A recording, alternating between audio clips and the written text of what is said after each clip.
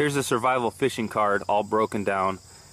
You can see I have the like 5 spinners with the hooks attached to them. I was using the wire that was the extra ring around the card. I have my saw, scaler, and I have 10 hooks of various size. I really like the fact that they're such a small hook. For survival fishing, that's kind of important to keep things realistic about your intended catch.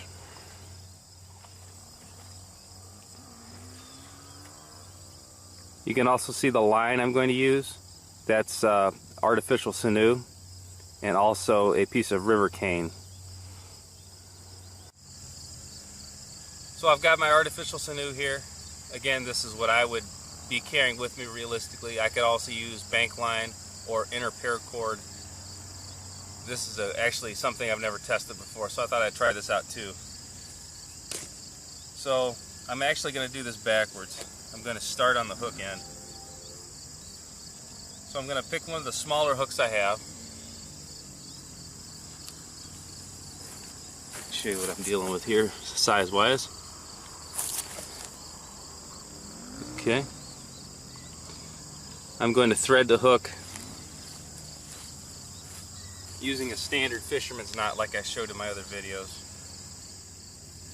Alright, I've got my hook tied onto my artificial sinew. I want the line about as long as the pole is. So that's approximate. I'm going to come up to the end and I'm going to put a clove hitch on it.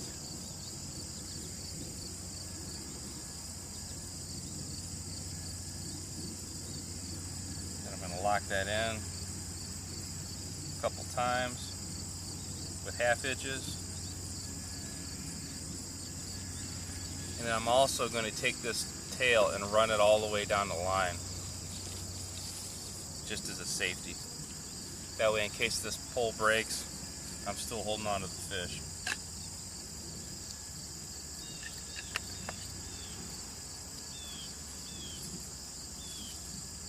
So I'm going to bring this all the way down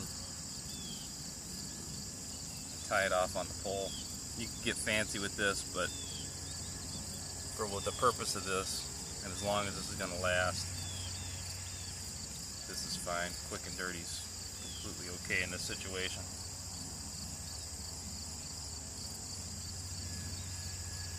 Okay.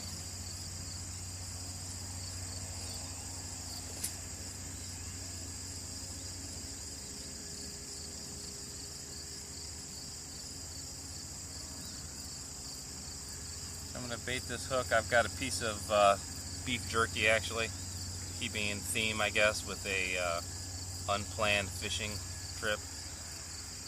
I don't know how well this is going to hold on here. We'll see how this works. This is no float, no weight, just a hook and some artificial sinew, piece of beef jerky. Let's get this wet, see if we can get a fish on the line. So this is about as simple and as easy as it gets. Hook, line, piece of river cane, and a pond. All the other fishing I've tried out here has been passive techniques on video, so this is actually what I'm trying to avoid with all this, is actively fishing while I could be doing something else. But sometimes it's good just to wet a line and see what happens.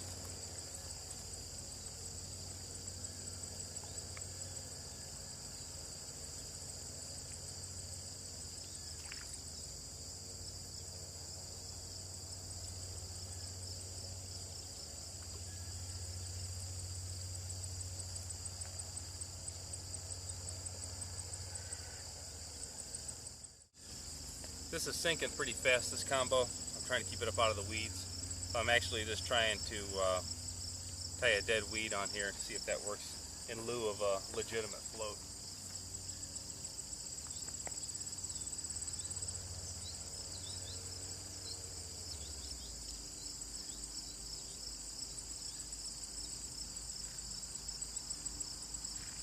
It's actually working pretty well. I mean, there's obviously way better options than this. This is just quickie, you know, getting the job done real fast. tell you right now, if I was using some type of hand reel, I would be able to cast it quite a bit further than this. I'm limited to the length of the pole plus about 2/3 of the line that I'm able to whip out.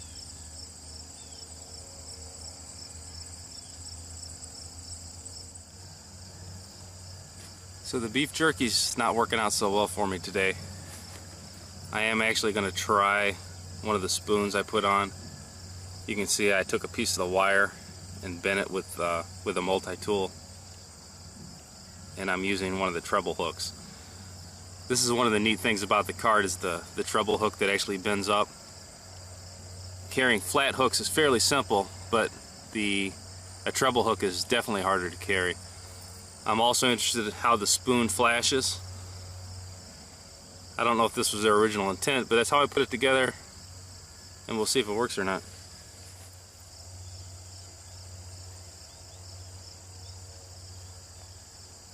That's got a very nice action in the water, very, very similar to a commercial spoon. I'm kind of impressed with this.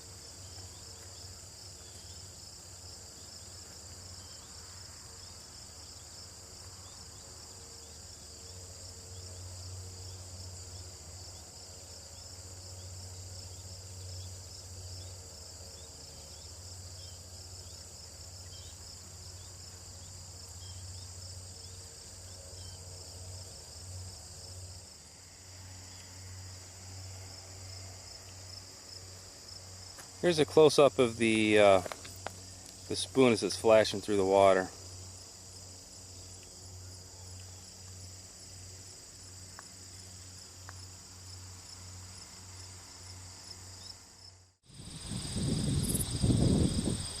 Back out here on day 3 on the survival fishing cart here by Ready Man. So what this is actually turning into is a passive fishing versus active fishing dilemma for me. Doing all the passive techniques, I have very little time that I'm able to come out here and fish. I've fished maybe 15 minutes one day, half hour the next, and I'm trying to catch it on video. So of course that means the fish aren't biting at that particular time. That is the problem with actively fishing with a line and a pole and a hook, as opposed to setting out a trot line or setting my yo-yos out or any other techniques that I plan on trying out later. There's probably no great feat in catching a fish on a hook that came out of a metal card. You can improvise a gorge hook with just a hardened piece of wood. Bone also works well for that. The top of a pop can, can be cut with my multi-tool and fashion it into a pretty good hook. It's just a matter of principle. Now, I am going to catch a fish on this, no matter how long it takes. Lucky you.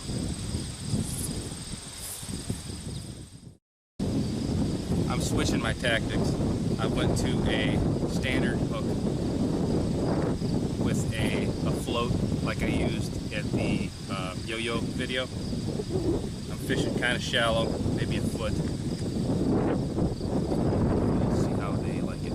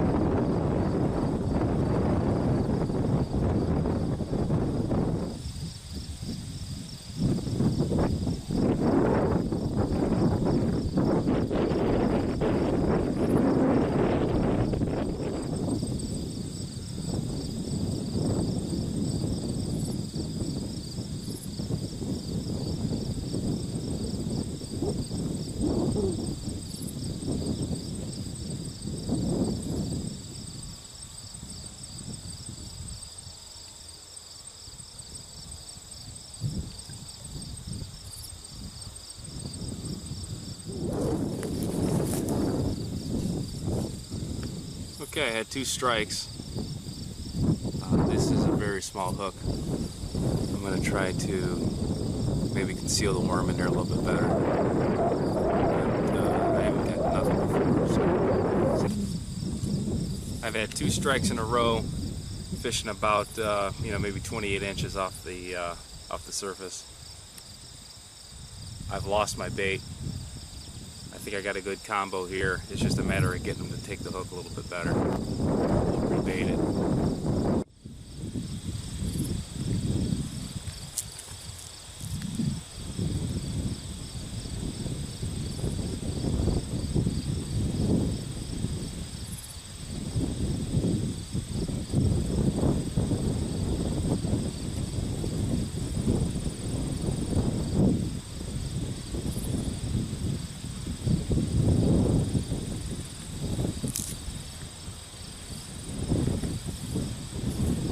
I don't know if you can see it on video or not, but I did have a strike and I did let him carry the hook for quite a bit. I think these hooks are very small for the bass that is probably playing with that right now. I'm switching tactics again.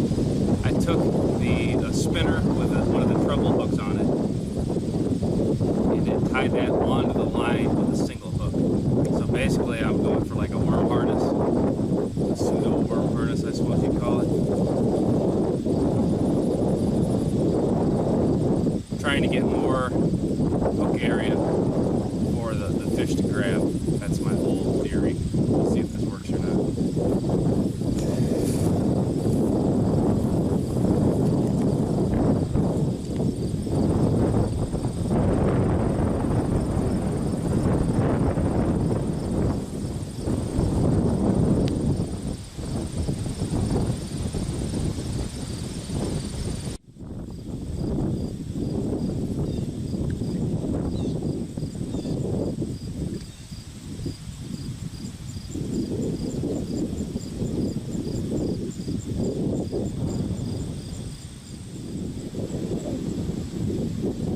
Got a lot of wind out here today. I think that's maybe hurting my cause. Could be I'm just a bad fisherman. I wouldn't put that past it at all. I'm going to keep working my way around the pond. I'm getting now to the side of the pond that's actually facing the wind, so that's going to be continually blowing the hook back on me. Alright, back at it again with the hooks from the survival fishing card. Still with my cane pole. Switch tactics yet again. I've got a float set about 18 inches and one of the smaller hooks bare right now. I'm going to bait it up and we'll get it wet. We'll see if we can get something out of here.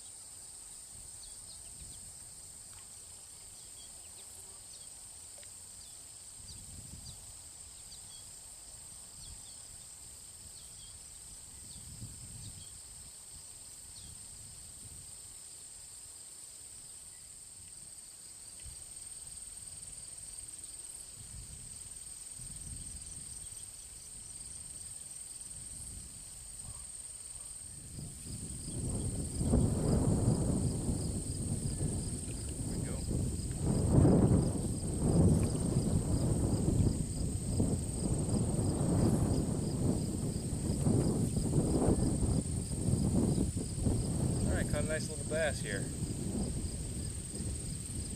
Yeah, he's about 10 inches.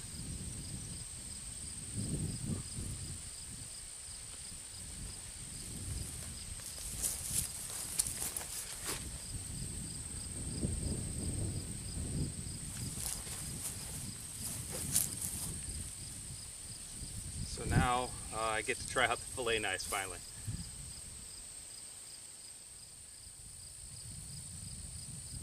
So my final thoughts on the survival fishing cards. Obviously they work.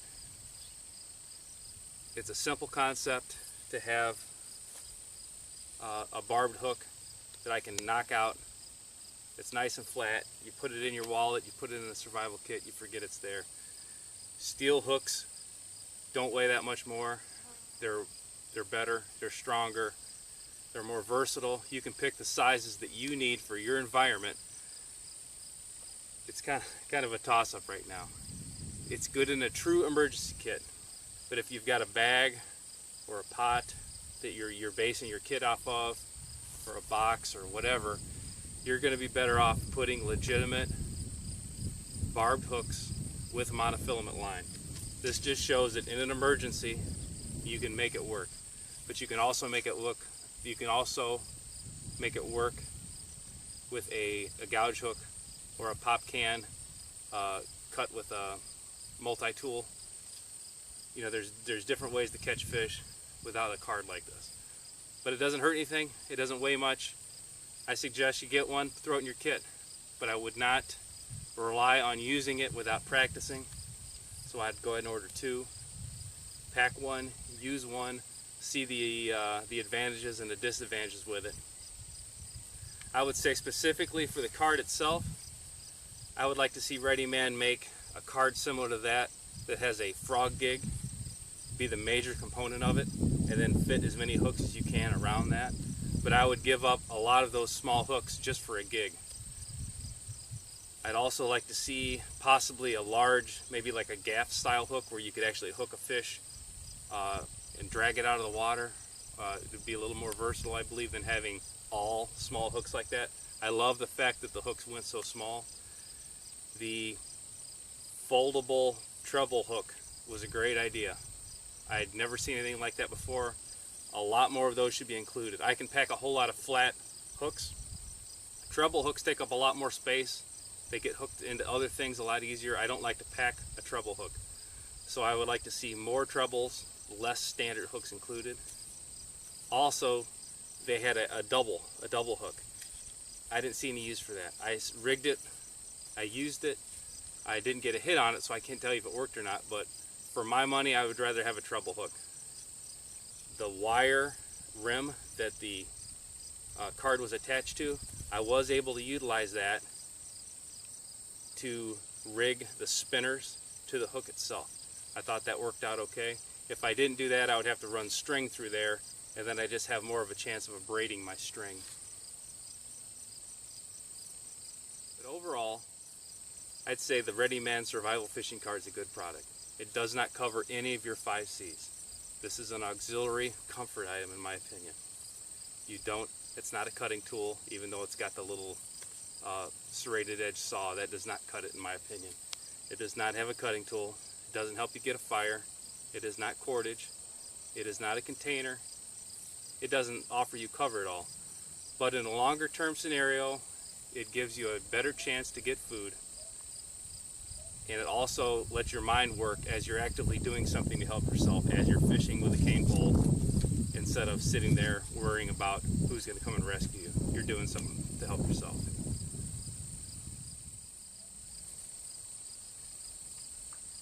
Thanks for watching.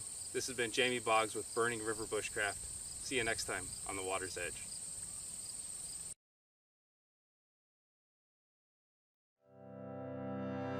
If you're interested in buying one of these products, links to all the products mentioned in this video are in the description down below.